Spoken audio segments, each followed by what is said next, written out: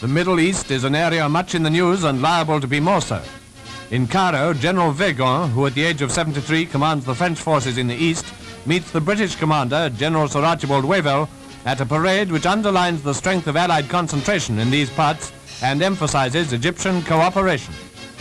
If our enemies want to start anything in this direction, we shall be ready and we shall have plenty of help locally.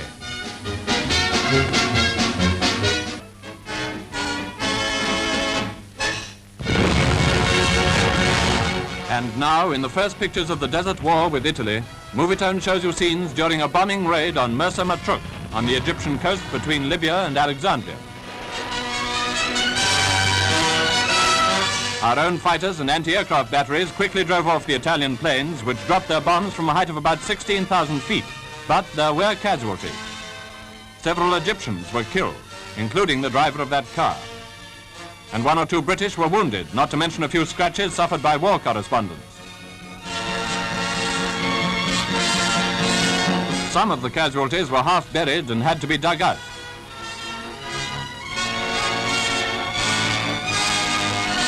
An officer who had been showing them round was hit and had to be taken away to hospital.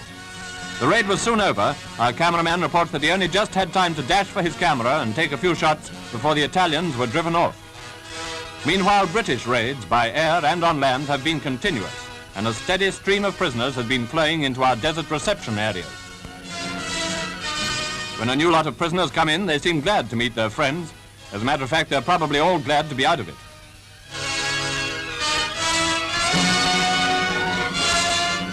Maybe even the Italians are themselves. A number of Mussolini's officers, including 1 or 2 generals, are already inside the wire for safekeeping.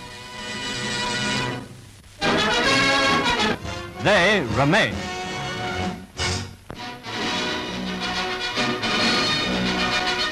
Not so long ago, the Duce was waving a sword about in Libya. It was a celebration.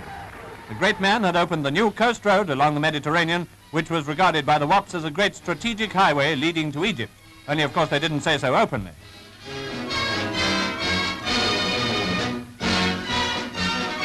Now, alas, it seems that the British General Sir Archibald Wavell has upset all that, for under his leadership, the Army of the Nile has steadily been reinforced and trained, and now, at the moment when the Italians are retreating before the Greeks, detachments from the Army of the Nile have gone forward to attack the enemy and drive them back into Libya.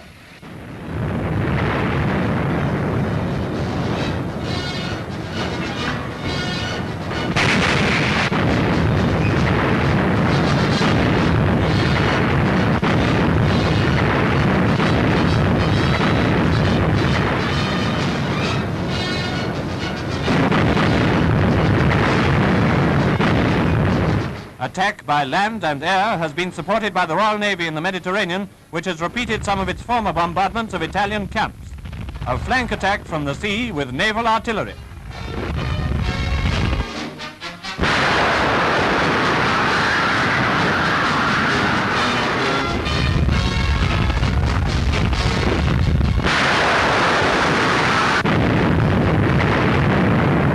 After less than 50 hours, advance elements of our mechanized forces ashore had pushed through the Italian positions and cut off the enemy divisions attempting to hold Sidi Barrani.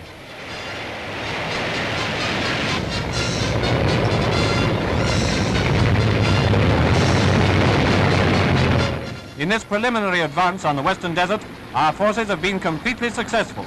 The staff work was excellent and everything has gone according to plan. Thus, in yet another theatre of war, the Duce's men, both native and Italian, are on the run. Much material has already been taken. The official statement was that it hadn't been sorted out and counted. That sounds good, for it takes time to count a lot.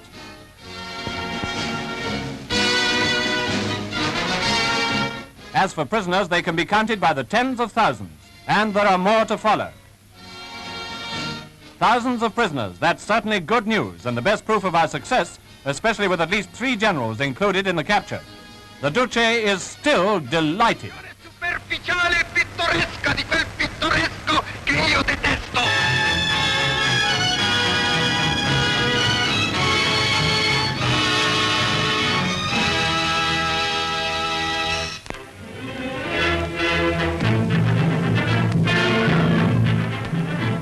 The Emperor Haile Selassie has already returned to his own country, where he was met by his sons.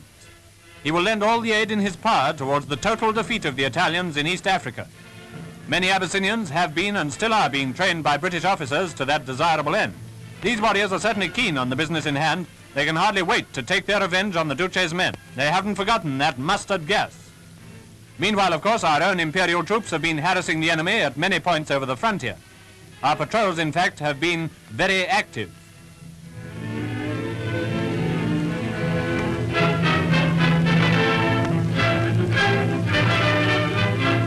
The recapture of Kassala and the immediate pursuit of the Italians deep into Eritrea was a striking success and a sign of the times in this part of the world. In these pictures, the first taken of our advance here, Indian units are crossing the Atbara River north of Lake Tana. They have played their part with great skill and courage, both here and at other points in our offensive against Italy. It would seem that Abyssinia and Eritrea are now almost ripe enough to fall into our hands, just as the Libyan strongholds have been falling one after another. General Sir Archibald Wavell, having captured Tobruk, continues to deal with Graziani's army in detail. Mr. Churchill said we were going to tear the Duce's African empire to shreds and tatters. Do you remember his earlier promise? Now we are at war, and we are going to make war, and persevere in making war until the other side have had enough of it. Giving her name to our latest class of battleship, she heads the list of at least 5 mighty 35,000-ton vessels that will uphold the majesty of the Royal Navy. The modern capital ship must be capable of at least 30 knots, and King George V can do more than that. Embodying every new structural device to meet the modern war conditions, she carries tremendous striking power in her 10 big guns.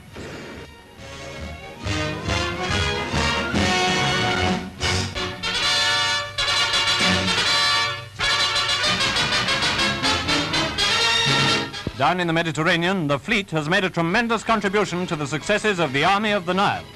In the smashing of Bardia, for example.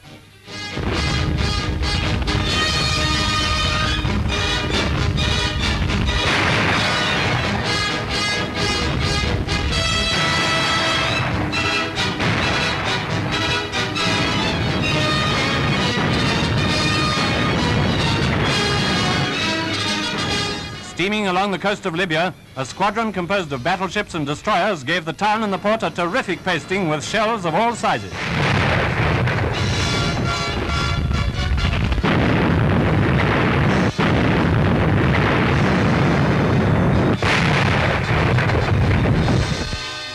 While this bombardment was going on at sea, our gunners were in action ashore.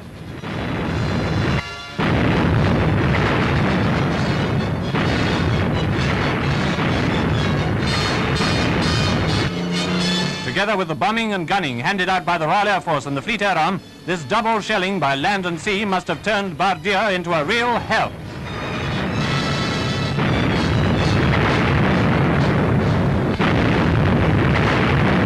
Italian guns replied at first. Those shell bursts are some of the evidence. And at sea too, the enemy shells fell short.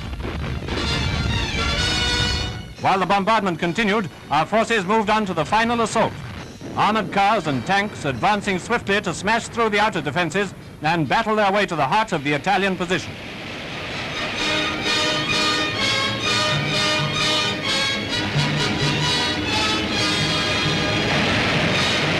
Here, more tanks are moving up. In order to minimize wear on the track, they're being towed up a rise known locally as Hellfire Pass. From the top of the escarpment, of course, they joined in the attack. Free French forces cooperated with the armored cars in besieging the town from the west. Reinforcement from Tobruk and escape from Bardia was prevented. Before the advance began, Catholics from the infantry units had attended Mass in the desert.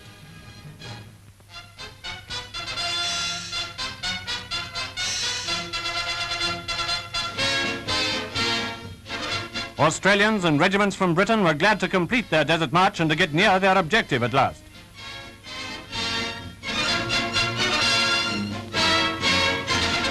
They were soon in action, and as the whole world knows, it was only a matter of hours before the storming of Bardia was successfully carried through.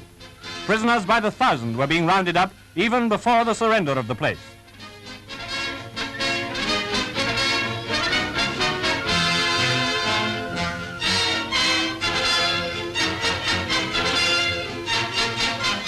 As for the port itself, the Royal Navy had certainly done a job of work there.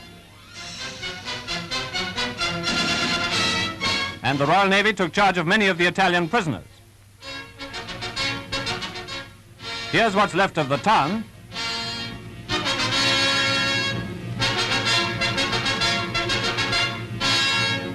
A vast amount of war material as well as prisoners fell into our hands, of course.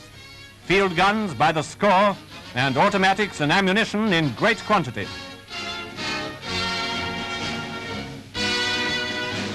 Other interesting notes made by the Movietone camera included a tank trap originally camouflaged to look like solid ground, and the name of Bardia High Street. Many tank traps had been filled in by Australian engineers before the battle. After the battle, they filled in the name of the High Street as their comrades of the Army of the Nile. Our cameraman was right on the spot when tactical details were finally discussed in the desert just before the taking of Tobruk. He was with one of the Australian units carrying out those tactics, and his pictures of the battle vividly supplement our previous film and reveal part of the last phase of our operations against the port.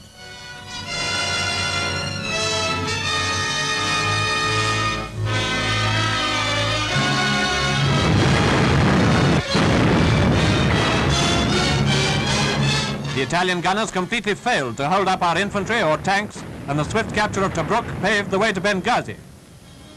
There were huge fires burning in the town and in the harbour. We'll get a closer view of them presently. Meanwhile, a new flag was hoisted by the Aussies, making it perfectly clear as to whom the place now belonged, and a wild gallop through the streets was quite in order. One Aussie assumed very high Italian rank and did his sightseeing by motorbike. In the harbour, ships were burning and oil dumps were burning. From these and a score of other fires, great clouds of black smoke hung over Tobruk.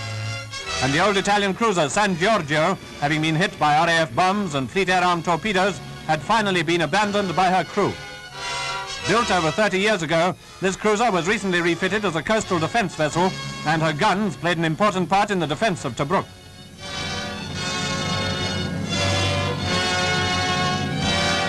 But now the San Giorgio rests on the bottom, a broken and battered hulk.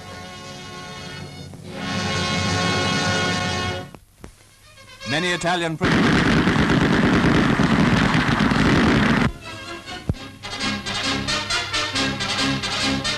Like any other job that's very efficiently done, the capture of the whole province of Cyrenaica has been comparatively easy to the onlooker.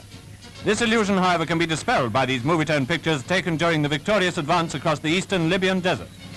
For instance, when we hear of sandstorms, well, this is what they're like. Very unpleasant and very difficult. Yet under such conditions, the Army of the Nile has advanced about 500 miles and fought at least 5 big battles. And mostly they've had to take their water with them. Here's a filling up station, water I mean, of course, not petrol, a very popular spot for both man and beast.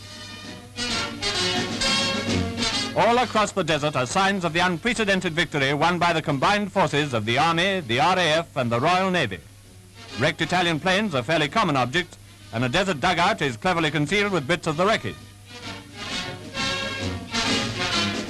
But dugouts and plane wrecks are not so numerous as the hundreds of Italian transport vehicles which lie smashed and abandoned all over the place. Here again, with all this equipment as evidence of the strength of the Italian army, we can be sure that British triumph was anything but easy. Before the capture of Tobruk, the enemy aerodrome of El Adem, far out in the desert to the south, was taken. Here there were Italian bombers by the dozen, most of them having been put out of action by the Royal Air Force, but some by our tanks. The airfield, of course, was taken over by our own machines.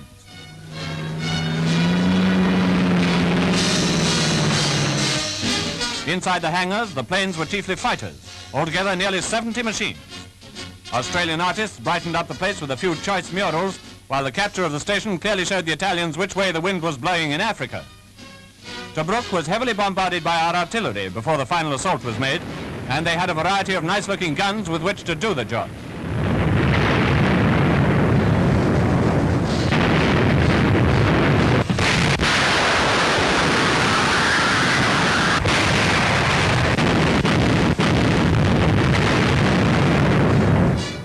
time all three services had bombarded the place, there were many big fires, including an old cruiser burning in the harbor.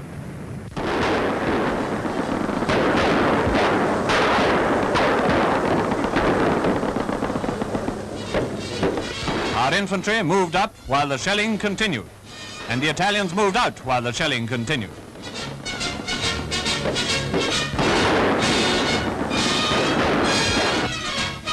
In many an outpost, Italians had stood their ground and paid the penalty. But at many other places, there were signs of a hasty departure. Even bottles of Chianti were left behind.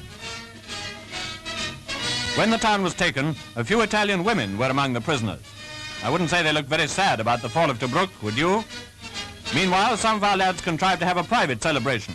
They'd certainly earned it. Some of them got themselves knighted on the spot. One of them had an Italian flag, also a goat, rightly called Benito. As for prisoners, well, we've seen plenty of them before, but how about this little lot?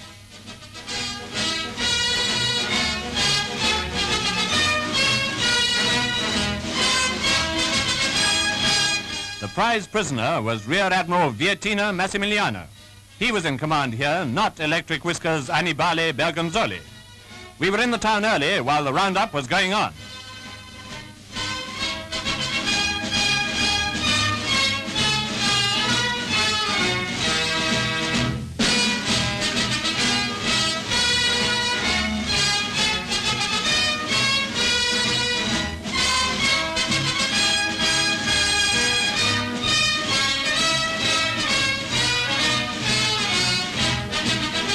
Anyway, we occupied the place with tanks and infantry, and then the British Blitz continued, straight on to Benghazi and beyond.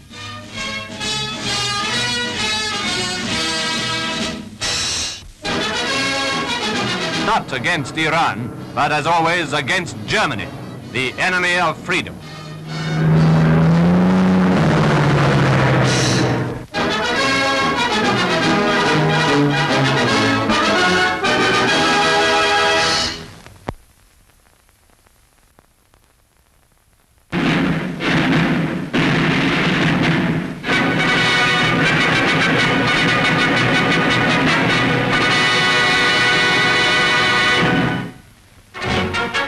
Although Tobruk has had a pretty good bashing, it still holds out. More than that, it's a real thorn in the enemy's side. In spite of air raids and bombardments, the life of the stout-hearted garrison goes on almost as if it hadn't a care in the world. With a sense of humor, plus enough to eat, you can stick most things. Tobruk even has its own newspaper, and from all accounts, that's pretty full of humor too.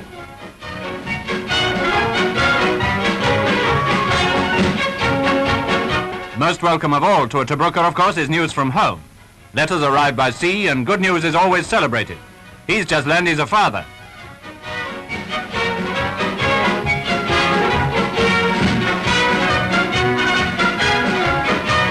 Don't think of Tobruk merely as a besieged garrison, but as an outpost from which the enemy are continuously harassed.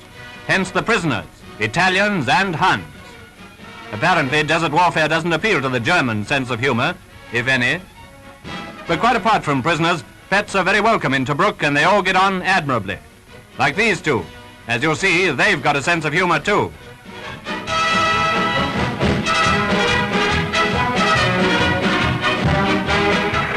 In Britain,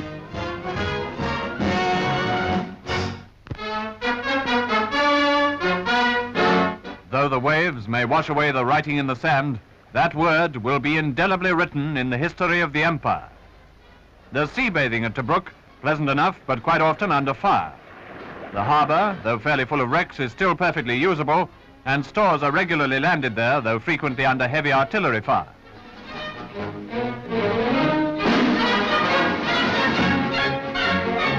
The spirit of Tobruk's gallant defenders, men from Britain, from Australia, and from India, is indomitable. Their typical sense of humor never deserts them, however tough the life may be, and that's one of the best reasons why they'll eventually defeat the Axis. The town itself is a bit of a mess, not that that worries the defenders.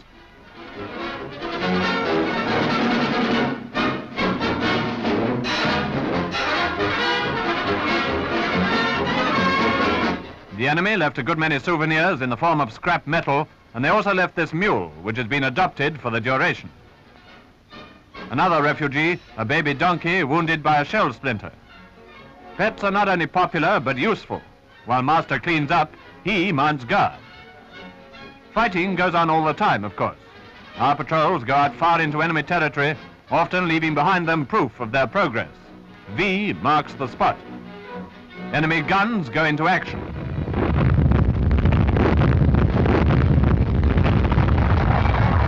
And the Bush artillery replies.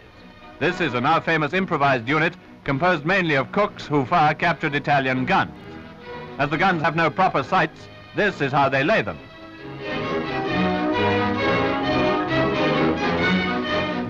An Italian oil dump set on fire by enemy shells. An Italian ammunition dump hit by a bomb. Yes, Tobruk holds out and fights back with superb gallantry. Tobruk is something the enemy didn't expect.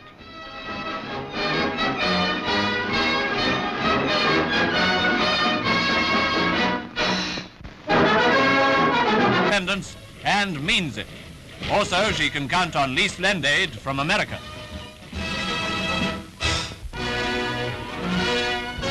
Britain's Commander-in-Chief in the Middle East, General Sir Claude Auchinleck, went up to the forward areas in the Western Desert not long before our offensive opened. He saw that all ranks were fighting fit and ready for the trial of strength that lay ahead. And he presented decorations to 3 New Zealanders for their gallantry in the Crete campaign. The VC to Lieutenant Upham, the DSO for Lieutenant Colonel Kippenberger, and to Major Lynch, the Military Cross. Already, New Zealand troops fighting beside their comrades from the English counties have won fresh fame in Libya. Before the big push began, General Cunningham, commanding the 8th Army, had a word with his brother, Sir Andrew, Commander-in-Chief of the Mediterranean Fleet. 2 leaders who form a brilliant combination by land and sea. The fleet, of course, played a very big role in the actual attack on the Axis forces.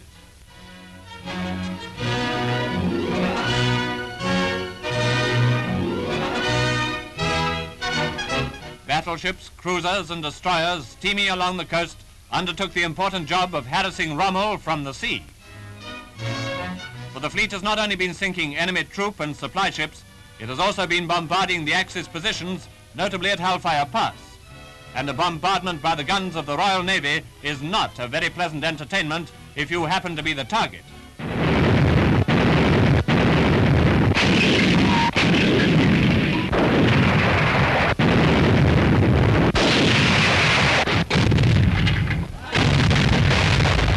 Ashore, General Cunningham's artillery, too, was busy putting on a pretty good show for the benefit of the Germans and Italians.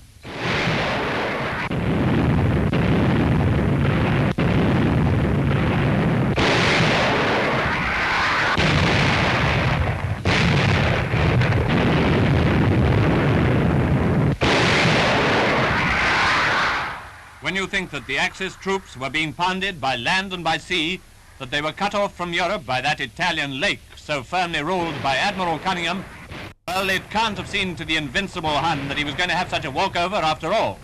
By now, he must be quite sure he isn't.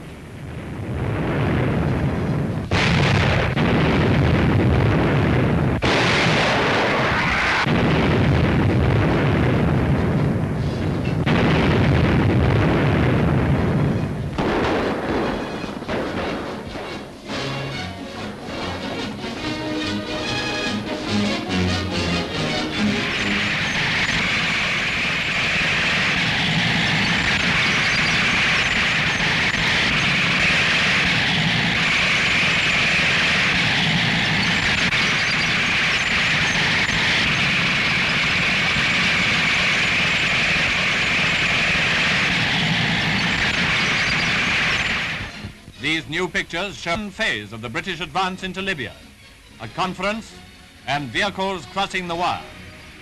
Such are the small signs of the big advance of the 8th Army. Such is the unspectacular scene behind the scene of actual combat.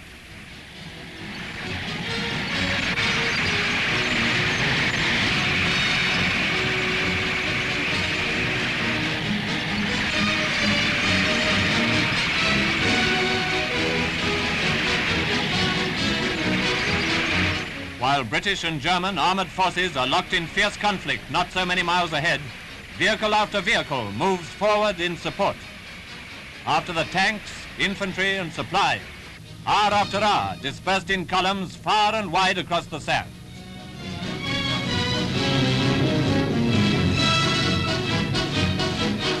The battle ebbs and flows.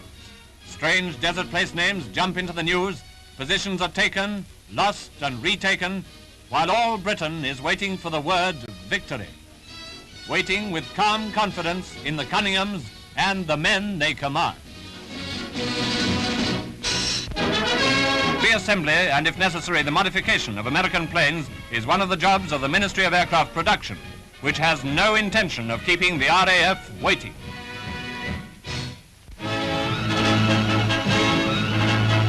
Our paratroops have been training in the Western Desert as well as in Britain.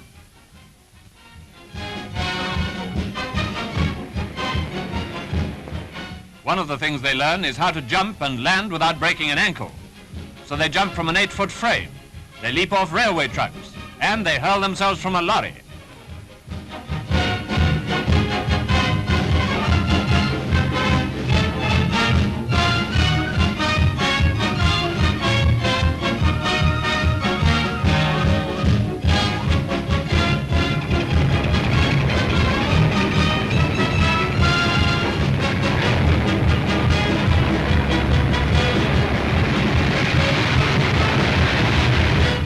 This bit of film, which has been slowed down slightly, makes it all look so easy. Anyone who thinks it is might try jumping from his car when it's moving at 25 miles an hour. Anyway, all this leads up to the real thing. And here, General Auchinleck, the Middle East CNC, inspects a group of paratroops before they embark for a practice operation somewhere in the desert.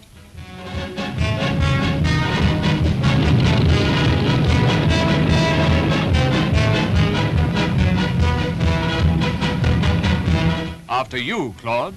No, after you, Cecil. Well, that's the kind of talk on the way to their target. Then they really get cracking.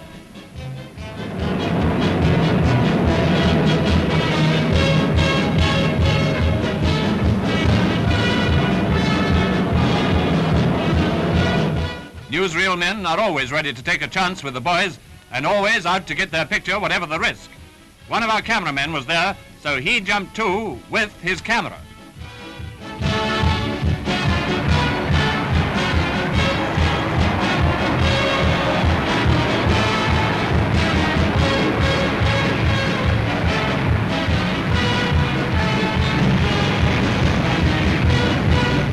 That's the impression he got, not only of his own descent, but of the paratroops themselves, their landing and their quick getaway on the job.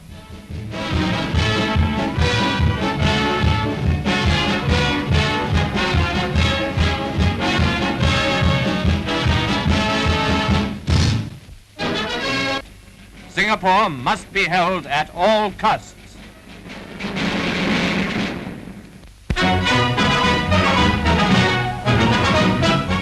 The Royal Air Force have been doing very well in our Libyan offensive.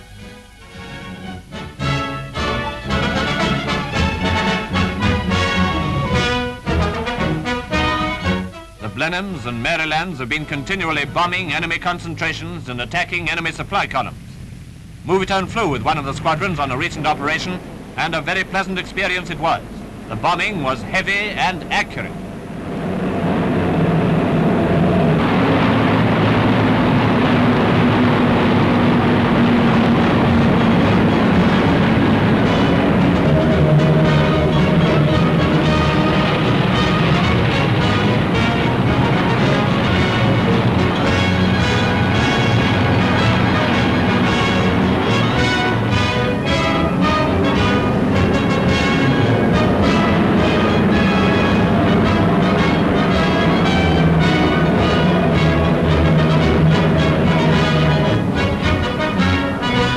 On the ground, at the same time that the battle was raging round Tobruk and Sidi Rezeg, an Indian force which had struck straight across the desert from Jirabub was taking Jala.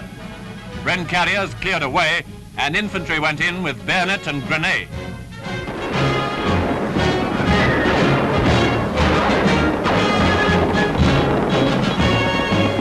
While we went in, the Italians went out. There are some of them trying to escape. Our cameraman was just in time to make a note of it before they were rounded up. On the main Libyan battlefront, things had also been going well and a lot of material had been captured. Weapons of many kinds and ammunition of all sorts.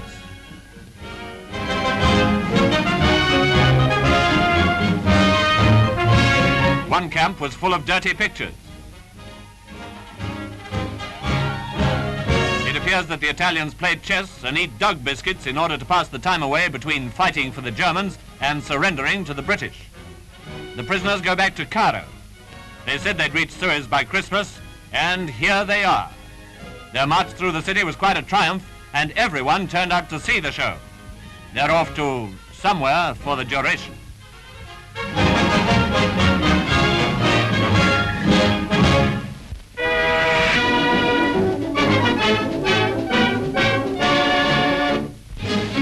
A brigadier on active service has a hard life, for even when he's having a quiet shave before battle, he has to deal with war correspondents who want to know where's the best place to film the battle.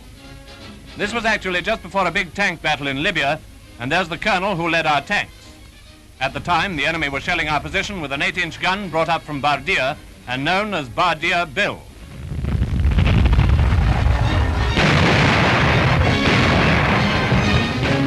Prisoners who had just been captured had to take shelter from their own gunners' bombardment. Then, as now, the RAF was providing plenty of air support, and as the 8th Army continued to drive Rommel westward, the sands of the desert were fairly littered.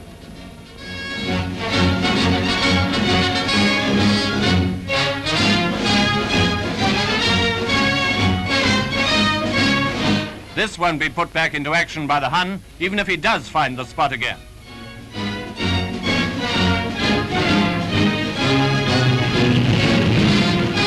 Finding your way in the desert isn't as easy as it is, for instance, in Piccadilly Circus. Yet they have a Piccadilly Circus in the desert, complete with Eros. Straight up Shaftesbury Avenue, see?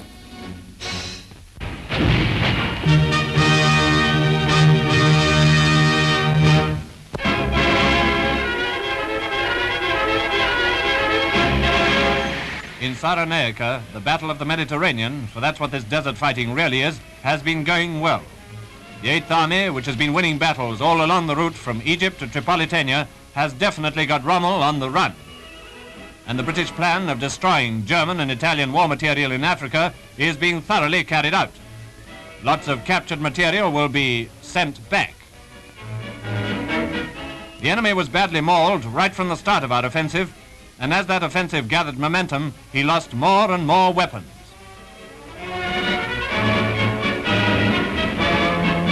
It certainly does you good to see large numbers of enemy aircraft after a proper strafing by the Royal Air Force.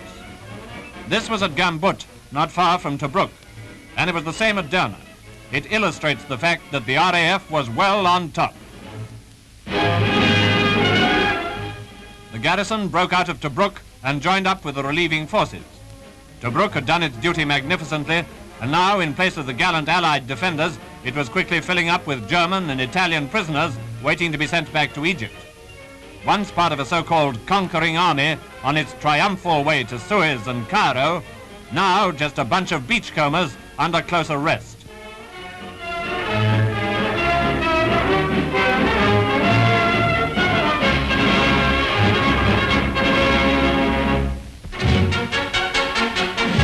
Derna was the next capture as the 8th Army swept on in hot pursuit of the enemy. Though Rommel was on the run, he was fighting with all the stubborn skill and resource you'd naturally expect from this general. All the same, he was being driven westward, and he had to clear out of Derna at the double. Actually, the town, rather a nice-looking seaside resort, had been evacuated the night before our troops went in.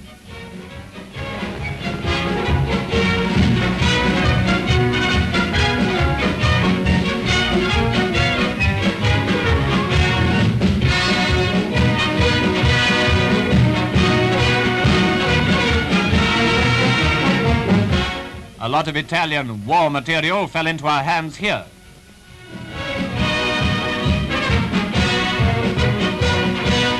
I'd rather have a pint of wallop any day. Inside an Italian hospital in Derna, the first troops to arrive found a number of our own wounded. You can imagine the feelings of these British prisoners at such a moment. It was certainly a happy Christmas for them, although wounded. Meanwhile, it was all quiet again in Derna, and the general was planning the best method of overtaking the retreating Germans and Italians. Our force was close on their heels, but when Rommel does run, it's a job to catch up with him sometimes, especially as he'd taken the precaution of doing as much damage as possible to the roads. Prisoners were set to work repairing them.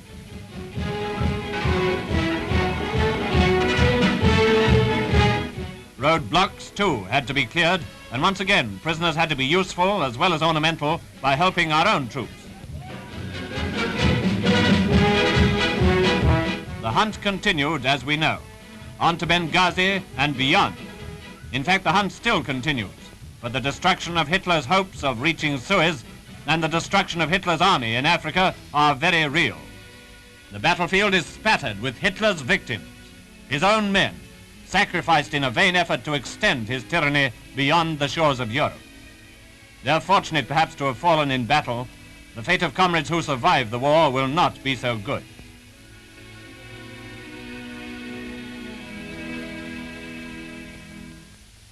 Rommel made a stand at Ajdabiya, then bolted again. And once again, bad weather made the pursuit difficult. Sandstorms and rain.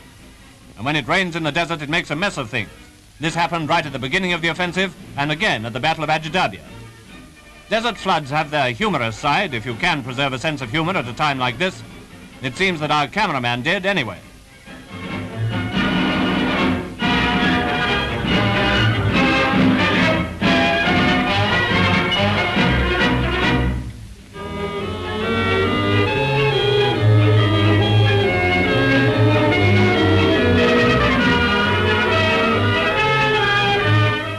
However, it's not so funny when the army's held up in its pursuit of the Hun, when transport gets bogged and they know that Rommel, on the run again, is getting away.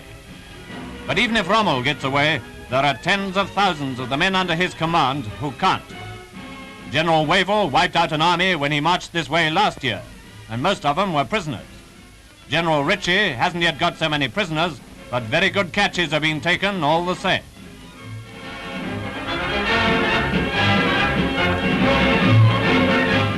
When you get over the 30,000 mark, well, it begins to look like another good season. Hitler is not only losing in Russia, he is also losing the Battle of the Mediterranean.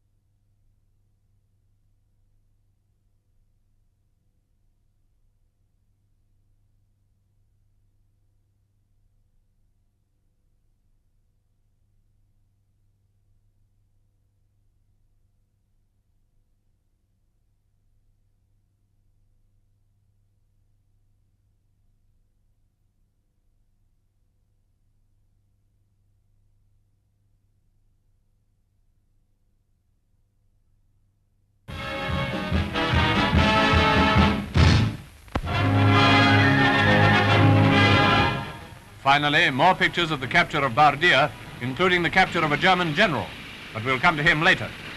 British tanks are seen moving forward through a smokescreen at the beginning of the offensive.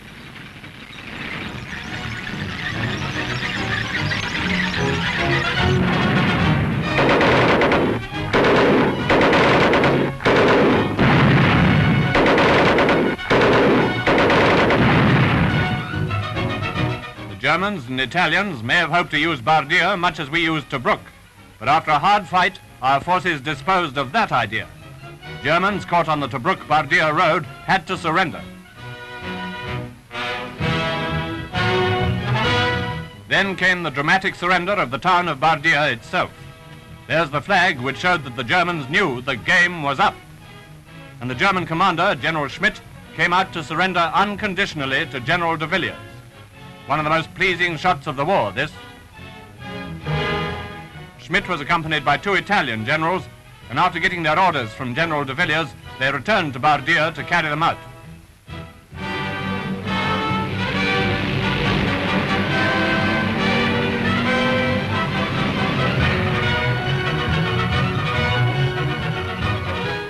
Over 1,000 British prisoners were set free. They had received shameful treatment from the Italians, but now they promptly celebrated. I should think so.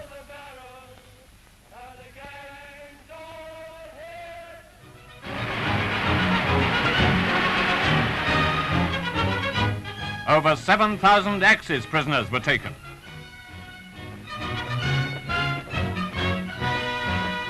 As for the prisoners' dogs, they seem to smell better smells ahead.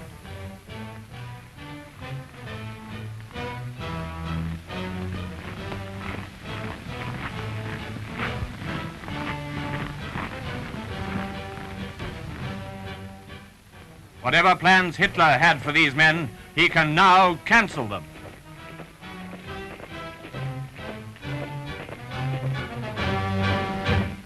Guaranteed, though customers have been known to complain. At a special parade in Cairo, Major General John Charles Campbell recently received the most coveted of all rewards for valor, the Victoria Cross.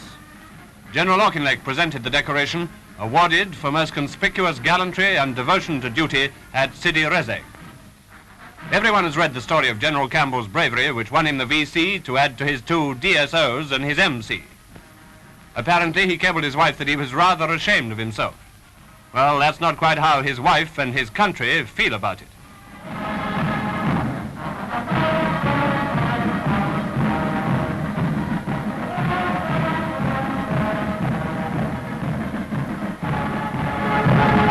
Specialists in the art of attack. A few months ago, specialists in the art of defense were holding Tobruk against all comers. Times change, however, especially in the Western Desert. Many once desirable residences are now to let in Tobruk, and troops live in what is left of the houses. A bit battered, certainly, but some even have H&C, well, C anyway. Another change, and far more amazing, is the presence of girls in Tobruk. A small number of nurses belonging to the Hadfield Spears Hospital unit doing magnificent work bringing comfort to our wounded brought back here from the battle zone. Following our second Libyan offensive and our second reverse in this phase of the Battle of the Mediterranean, there's been a lull in which Tobruk has been included. But Tobruk will play its part, we may be certain, in the clash that is to come.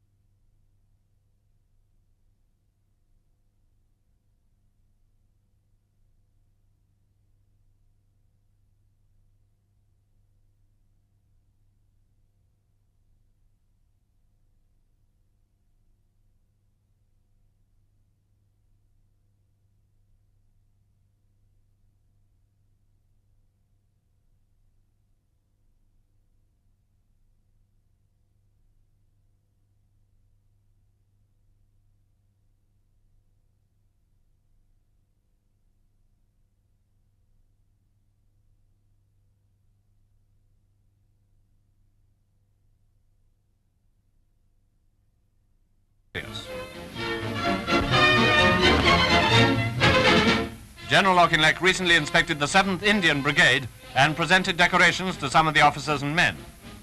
It was this brigade which remained in Benghazi after the Allied withdrawal. Having held on till surrounded by Rommel's forces, it then performed the almost impossible, cut its way out and marched back to our new position virtually intact.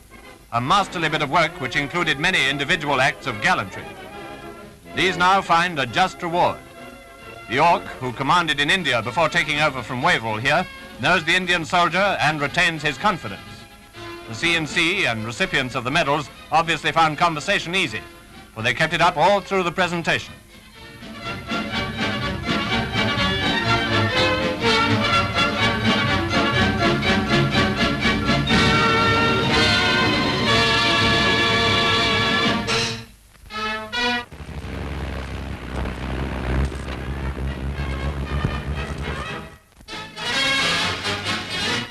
Just before the present Libyan battle, there was a special parade in Egypt when General Auchinleck and General Ritchie were decorated by General Zając, who commands the Polish forces in the Middle East. The award in each case was Poland's highest military decoration. The march past was by Polish troops. The presence in the Middle East of the American General Grant tanks was kept a close secret, and it's reported that their arrival on the Libyan battlefield gave the German panzers a most unpleasant surprise.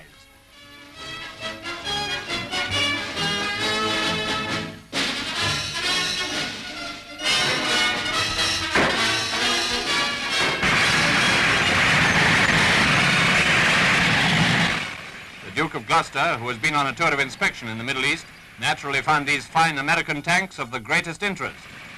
The Grants are 28-tonners, with a 75 as their main offensive armament.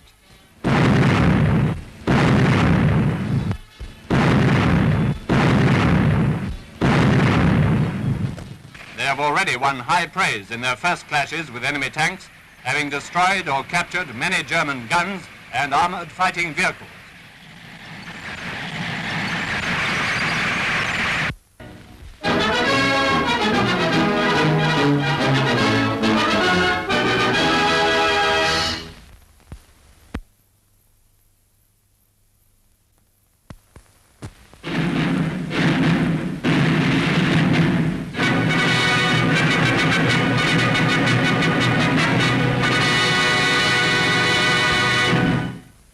South African troops played a prominent part in the halting of Rommel's army at El Alamein, not only in the fighting, but in the strengthening of the defensive positions running south from the coast to the Katara Depression. And you can bet that was something like hard work, all day long under the burning sun, even though there were bulldozers to help.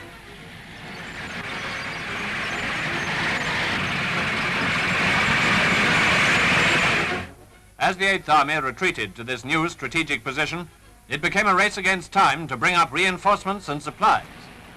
Here's the actual scene, a good illustration of the enormous problems involved when a modern army has to be replenished on a large scale.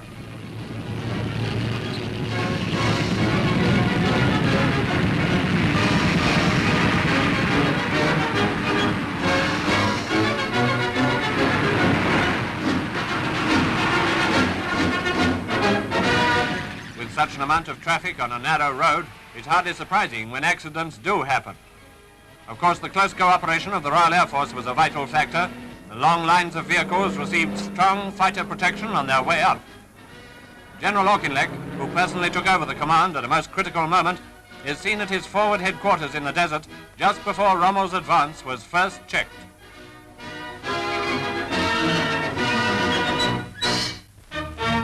In the raid on Saint-Nazaire. In the Middle East, the scene has shifted from Libya to Egypt, and as the tide of battle flowed east, many people of the desert, Arab tribesmen with their camels and their flocks, moved east too. They know what kind of treatment to expect from Germans and Italians.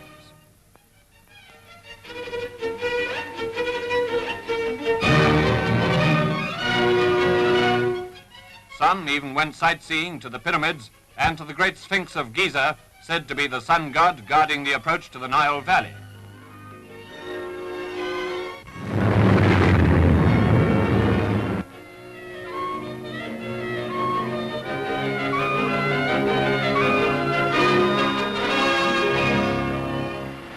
transport of the 8th Army, which has been doing most of the guarding in recent years, also went back to fetch stores and supplies and reinforcements for the new defense position at El Alamein. The road was absolutely chock-a-block with trucks and lorries.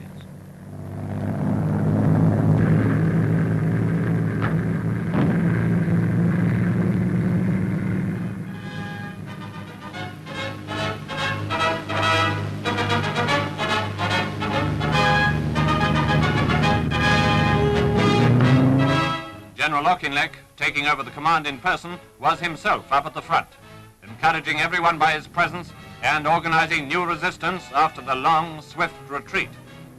The war in the desert has been a heartbreaking business for commander and troops, and not only on our side at that. The end of the story remains yet to be told. Meanwhile, tank recovery, always an important feature, became a vital factor in the reorganization. It's the job of the Royal Army Ordnance Corps to bring back every disabled tank it possibly can so that repairs can be carried out at once and the tank returned to battle with the least possible delay. With our tremendously long supply route to the Middle East, the importance of this work is obvious.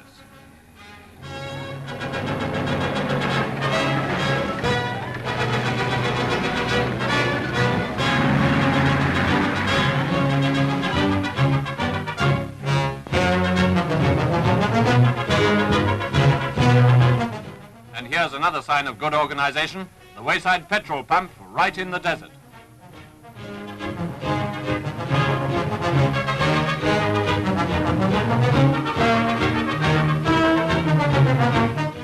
At El Alamein, strong defense positions were being strengthened all the time by British troops of many different regiments. Veterans of desert war who have stuck it out most gallantly even when things were at their very worst.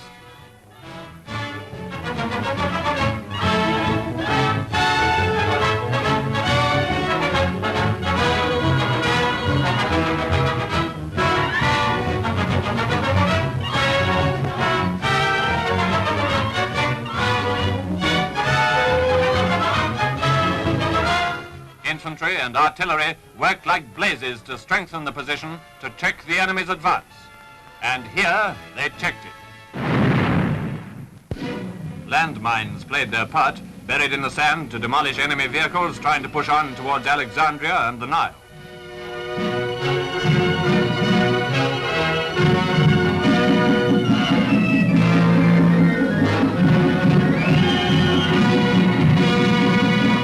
Here the enemy was checked and prisoners taken. These are Germans of the 90th Light Motorized Division captured near Alamein and being passed through the front line, interrogated and searched. Among the batch was a leader of the Special Intelligence Corps.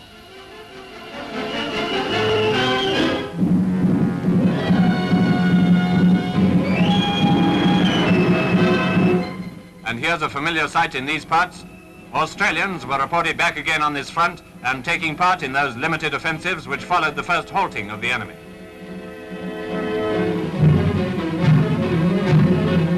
As for the Royal Air Force, they've kept up the strongest possible pressure throughout all these difficult operations.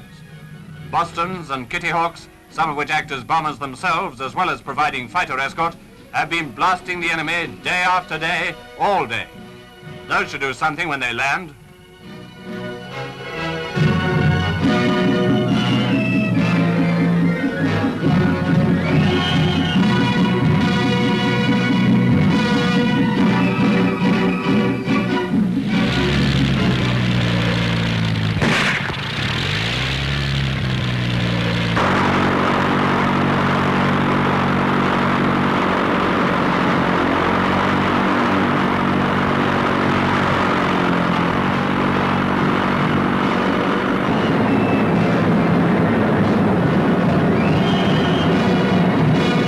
South African Air Force, working with the Royal Air Force, has done great work with these non-stop raids against Rommel's advancing columns, not to mention his transport and communication.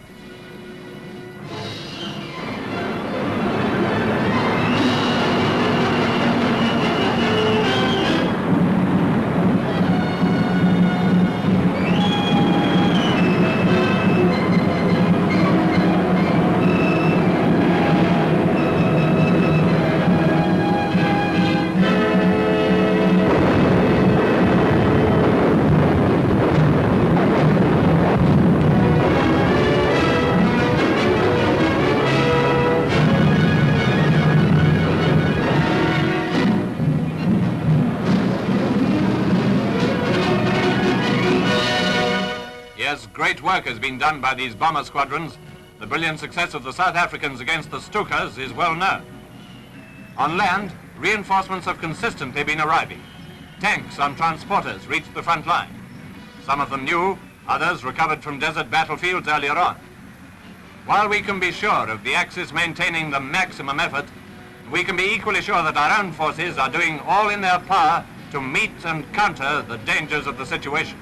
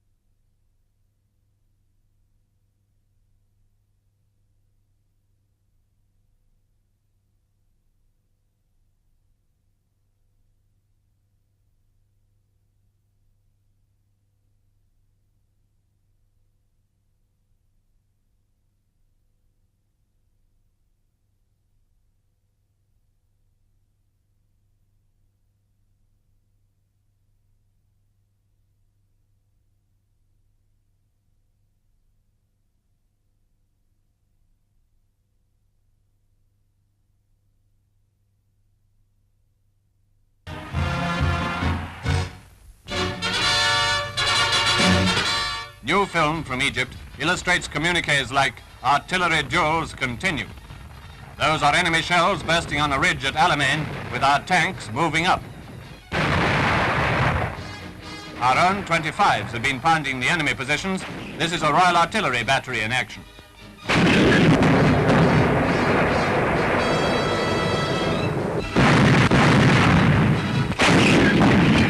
These South Africans, putting in some rapid fire, are doing a good deal better than 4 rounds a minute.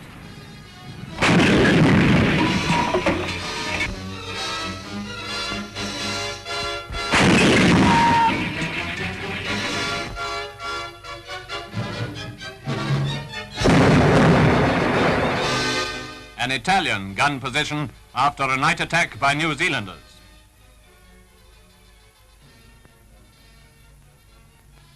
Dead gunners and spiked guns. Our men buried the Italians on the battlefield after noting, wherever possible, names and rank. After the retreat to Egypt, when the battle once again became comparatively static, much of the fighting was carried on by mobile columns. An RHA major has a conference before the column moves off at dawn to start another day of harassing and offensive action. They travel for miles across rough country to take the enemy by surprise and to break up his concentrations.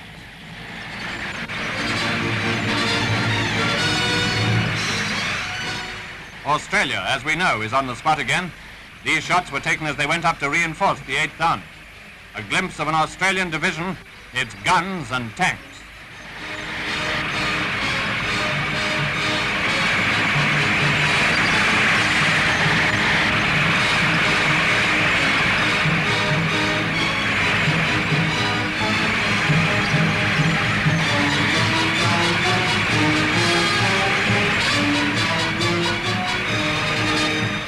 And all the time, the South African Air Force has been hammering and blasting the enemy. Our cameraman flew with a squadron of Baltimore bombers on one of countless raids.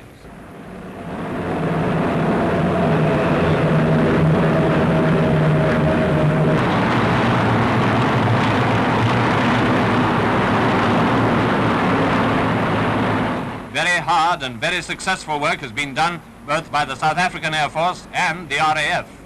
The American-built Baltimores have done their part. In high-level bombing, as a rule, sometimes we went low, says the cameraman, to have a look at a newly crashed Heinkel, and for other reasons.